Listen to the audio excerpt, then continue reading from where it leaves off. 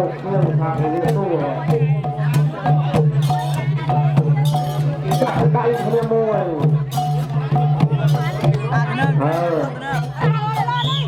thì mới đặt mà nhà người ta và nhà người ta tốt tốt mà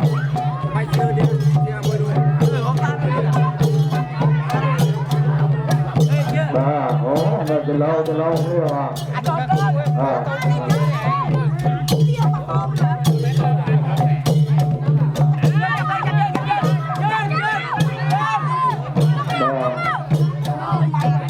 đời lâu nó nói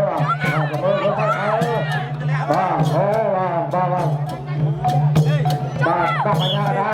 đã thúc vào